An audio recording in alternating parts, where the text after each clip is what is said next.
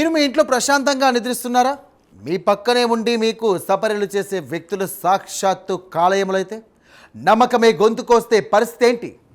హైదరాబాద్లోని అత్యంత సంపన్న ప్రాంతం, అడుగడుగునా నిఘా నేత్రాలు, నిరంతరం సెక్యూరిటీ పహారా ఉండే జూబ్లీహిల్స్ ప్రసన్న నగర్లో జరిగిన ఆ దారుణం ఇప్పుడు నగరాన్ని వణికిస్తోంది. ఒక మాజీ డీజీ స్థాయి ఉన్నతాధికారి ఇంట్లోనే ఈ కిరాతకం జరగడం అందరినీ షాక్కు గురిచేస్తోంది. నమ్మిన బంటే కాలయముడై ఇంట్లోకి మృత్యువును ఆహ్వానించింది. అసలు ఆ రాత్రి ఏం జరిగింది? కిలాడి కల్పన వేసిన ఆ కిరాతక స్కెచ్ ఏంటి? నేపాలీ ముఠా అంతటి సాహసానికి ఎలా ఒడిగట్టింది? ఇప్పుడు చూద్దాం.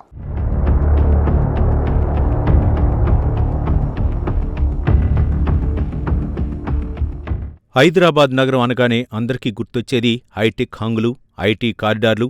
కానీ ఆ వెలుగుల వెనుక చీకటి కోణాలు కూడా ఉన్నాయని జూబ్లీహిల్స్ ఘటన మరోసారి నిరూపించింది. 1986 బ్యాచ్కి చెందిన విశ్రాంత ఐపీఎస్ అధికారి వినయ్ రంజన్ రే నివాసం అది. ఉమ్మడి ఆంధ్రప్రదేశ్లో డీజీ స్థాయి వరకు పనిచేసి వేల మంది పోలీసులను శాసించిన ఆ అధికారి కోటలోకి మృత్యువు నిశ్శబ్దంగా ప్రవేశించింది. ప్రశాసన్ నగర్లోని ఆ విలాసవంతమైన ఇంట్లో రంజన్ రే, తన భార్య తనూజారే, ఇద్దరు కుమార్తెలతో కలిసి నివసిస్తున్నారు. రిటైర్మెంట్ తర్వాత ప్రశాంతంగా గడపాలనుకున్న ఆ కుటుంబంపై కేటుగాళ్లు కన్నేశారు. అత్యంత భద్రత ఉండే వీవీఐపీ ఏరియాలోనే ఈ ఘోరం జరగటంతో నగరవాసులు ఒక్కసారిగా ఉలిక్కిపడ్డారు. రక్షణ కవచంలా ఉండాల్సిన ఇల్లే ఇప్పుడు ఒక క్రైమ్ సీన్గా మారిపోయింది. నేరం ఎప్పుడూ బయటనుంచి రాదు, లోపలి వ్యక్తుల సహకారం లేనిదే పక్కా ప్లాన్ అమలు చేయడం అసాధ్యం. ఈ కేసులో కూడా అదే జరిగింది. ఏడాది కాలంగా ఆ ఇంట్లో ఎంతో నమ్మకంగా పనిచేస్తున్న నేపాలీ మహిళ కల్పన ఈ మొత్తం దారుణానికి సూత్రధారి. వృద్ధురాలైన తన తల్లి బాగోగులు చూసుకోవటానికి రంజన్ రే ఆమెను పనిలో కుదుర్చుకున్నారు. 2 నెలల క్రితం ఆయన తల్లి మరణించినప్పటికీ కల్పన ప్రవర్తన బాగుందని ఆమెను పనిలో కొనసాగించారు. కానీ ఆ నమ్మకాన్ని కల్పన పెట్టుబడిగా మార్చుకుంది. యజమానుల అలవాట్లు, ఇంటి లోగుట్టులు, విలువైన వస్తువులు ఎక్కడ ఉంటాయో అన్నింటిపై ఆమె ఒక కన్నేసి ఉంచింది. నవ్వుతూ కనిపిస్తూనే లోపల ఒక కిరాతకమైన స్కెచ్ సిద్ధం చేసుకుంది. ముఖం చూసి మనిషిని నమ్మవద్దనే సామెతను కల్పన నిజం చేసి చూపించింది. చూసారుగా, రక్షించాల్సిన చేయి భక్షించేదిగా మారితే పరిస్థితి ఎంత దారుణంగా ఉంటుందో ఈ ఘటనే సాక్ష్యం. ఖరీదైన మేడలు, అడుగడుగునా సీసీ కెమెరాలు, బయట సెక్యూరిటీ గార్డులు ఇవేమీ ఆ కిరాతక ముఠాను అడ్డుకోలేకపోయాయి. ఎందుకంటే ఆ కోట గోడల మధ్య ఒక కాలయముణ్ణి ఆ కుటుంబం చెరదీసింది. ఇక తాను పెట్టినటువంటి అన్నానికే విషం చల్లింది ఆ కిలాడి కల్పన. ఇంటి లోగుట్లను బయట వ్యక్తులకు చేరవేసి తన యజమానురాలు ఒంటరిగా ఉన్నటువంటి సమయం కోసం వేచి చూసింది. అసలు ఆ రాత్రి 1 గంట సమయంలో ఆ నిశ్శబ్ద వాతావరణంలో ఏం జరిగింది?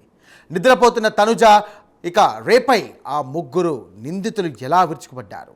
ఆ భయంకరమైనటువంటి దృశ్యాల వెనుక ఉన్నటువంటి మరిన్ని వాస్తవాలను ఇప్పుడు తెలుసుకుందాం.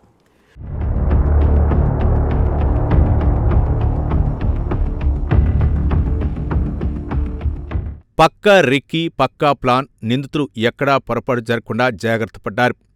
యజమాని రంజన్ రే ప్రకృతి చికిత్స కోసం బెంగళూరు వెళ్లిన సమయాన్ని కల్పన తన ముఠాకు సమాచారం ఇచ్చింది. ఇంట్లో మగవారు లేని సమయం చూసి దాడి చేయాలని నిర్ణయించుకున్నారు. 2 నేపాలీ యువకులను పిలిపించి ఇంటి పరిసరాల్లో రెక్కీ నిర్వహించింది. ప్రధాన ద్వారం వద్ద సెక్యూరిటీ సిబ్బంది ఉండటంతో వారి కళ్లు గప్పేందుకు కొత్త మార్గాన్ని ఎంచుకున్నారు. ఇంటి వెనుక వైపు ఉన్న పార్కు ద్వారా లోపలికి రావాలని ప్లాన్ గీశారు. అర్ధరాత్రి వేళ అంతా నిశ్శబ్దంగా ఉన్నప్పుడు కల్పన స్వయంగా పార్కు వైపు ఉన్న గేటును తెరిచి ఆ కిరాతకుల్ని లోపలికి ఆహ్వానించింది. ఇంటి లోపలి రహస్యాలు తెలిసిన మనిషి తోడవటంతో ఆ దొంగల పని మరింత సులువైపోయింది. అర్ధరాత్రి దాటిన తర్వాత 1 గంట సమయం. గాఢ నిద్రలో ఉన్న తనూజారే అలికిడి వినిపించి మేల్కొన్నారు. కాని కళ్ళు తెరిచేలోపే మృత్యుపాశంలా నిందితులు ఆమెను చుట్టుముట్టారు. నిందితులు ముగ్గురు కలిసి ఆమెపై విరుచుకుపడ్డారు. ఆమె కేకలు వేయకుండా ఇద్దరూ చేతులు గట్టిగా పట్టుకోగా మరొకరు ఆమె నోట్లో గుడ్ల కుక్కారు. 2 చేతులను తాడుతో కట్టేసి ఊపిరి ఆడకుండా చేసి అత్యంత అమానుషంగా ఆమెను హతమార్చారు. బాధితురాలు ప్రాణాల కోసం ఎంతలా పోరాడినా ఆ కిరాతకుల మనసు కరగలేదు. పక్కా కిల్లర్స్లా వ్యవహరించిన ఆ ముఠా నిమిషాల వ్యవధిలోనే ఆమె ప్రాణాలు తీశారు. అనంతరం అల్మరాలు, బీరువాల్లో ఉన్న నగదు, బంగారు నగలను బ్యాగుల్లో సర్దుకున్నారు. సాక్ష్యాలు దొరకకుండా బాధితురాలి ఫోన్ను స్విచ్ఆఫ్ చేసి దూరంగా విసిరేశారు. హత్య, దోపిడీ పూర్తయిన తర్వాత నిందితులు పారిపోవటానికి కూడా ముందే ప్లాన్ చేసుకున్నారు. ప్రశాసన్ నగర్ నుంచి గోడ దూకి పార్కు ద్వారా జర్నలిస్ట్ కాలనీ వైపు చేరుకున్నారు. ఆ సమయంలో రోడ్లపై ఎవరూ ఉండకపోవడంతో వారు సులభంగా తప్పించుకోగలిగారు. అక్కడ్నుంచి ఒక ఆటోను పట్టుకుని నేరుగా నాంపల్లి రైల్వే స్టేషన్కు చేరుకున్నారు. పోలీసులకు అనుమానం రాకుండా పక్కాగా రైల్వేలను ముందే తెలుసుకుని తెలంగాణ ఎక్స్ప్రెస్ రైలు ఎక్కి పారిపోయారు. నిందితులు పారిపోవటానికి కేవలం కొన్ని గంటల సమయం మాత్రమే తీసుకున్నారు. తెల్లారేసరికే బాధితురాలు విగతజీవిగా పడి ఉండటం చూసి ఆమె కుమార్తెలు భయాందోళనకు గురయ్యారు. ఒక హై ప్రొఫైల్ హత్య కేసుగా ఇది మారటంతో గంటల వ్యవధిలోనే పోలీసు యంత్రాంగం ఉరుకులు పరుగులు పెట్టింది.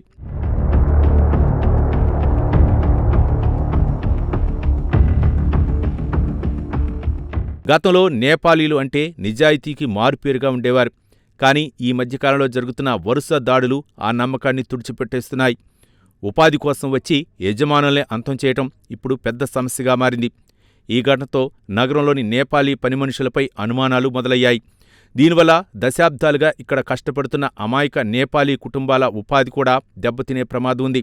అందుకే నేపాలీ పెద్దలే ముందుకు వచ్చి నేర చరిత్ర ఉన్నవారిని ఏరివేయాలని విశ్లేషకులు సూచిస్తున్నారు. లేదంటే సామాన్య ప్రజలు వీరిని పనిలో పెట్టుకోవడానికి భయపడే పరిస్థితి వస్తుంది. ఒకరి పాపానికి అందరూ బలి కావలసి వస్తోంది.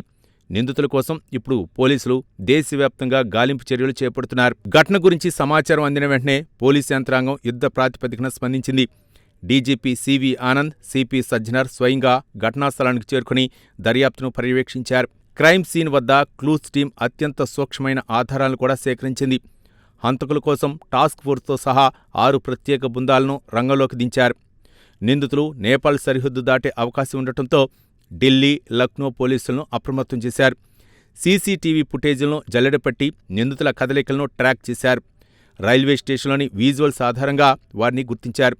ఈ కేసును ఛేదించే వరకు నిద్రపోమని పోలీసులు శపథం చేశారు. అత్యంత వేగంగా నిందితుల్ని పట్టుకునేందుకు టెక్నాలజీని వాడుతూ గాలింపును ముమ్మరం చేశారు.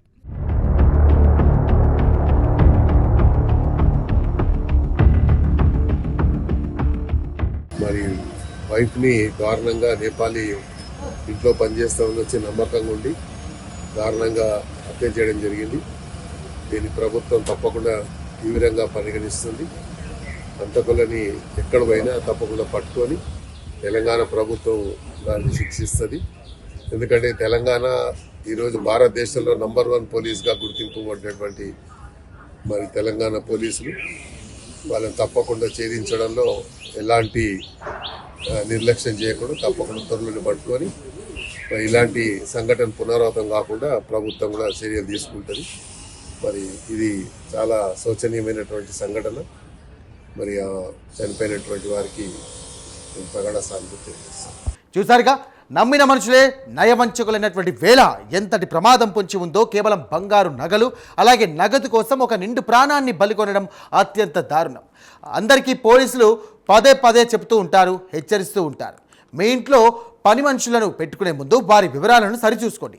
వారి పాతవారైనా నమ్మకస్తులైనా సరే వారి కదలికలపై ఒక కన్నేసి ఉంచండి. తప్పనిసరిగా పోలీస్ వెరిఫికేషన్ చేయించుకోండి.